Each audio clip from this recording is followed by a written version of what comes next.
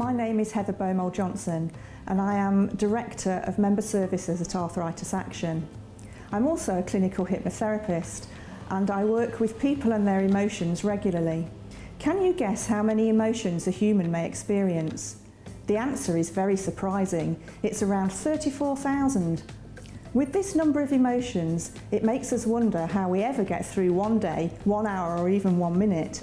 Thankfully, there are different techniques which we can use to enable us to navigate our way through our different emotions. In 2016, Dr. Robert Plutchik, an American psychologist, condensed the 34,000 emotions into 8 primary emotions which operate as the foundation for the others. The 8 emotions are grouped into opposites: joy and sadness, acceptance and disgust, fear and anger, surprise and anticipation. An emotion starts when an individual experiences the feelings and recognises what is being experienced. Once the brain identifies the emotion, the body responds. For example, if you touch something hot, you automatically move your hand away. This is beyond our control, whereas others are within our control. For example, facing the fear of giving a presentation or singing on a stage.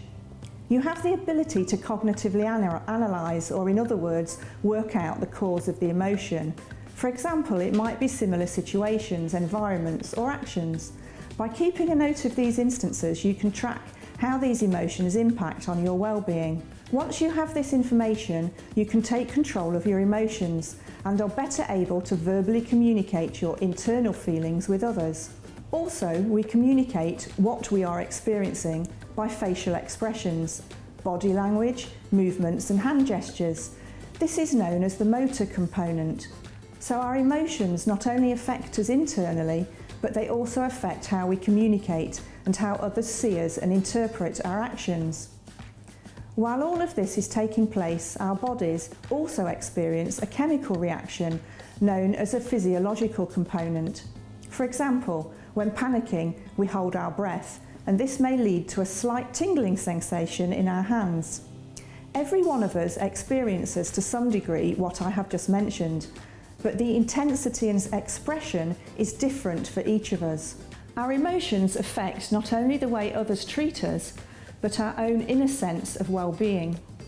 Many of us tend to think that our emotions are programmed into our body's physiology in a similar way to that of our reflexes, but this is not the case. Therefore, whether we are experiencing positive or negative emotions, we often blame everything from the weather to our genes on our emotions.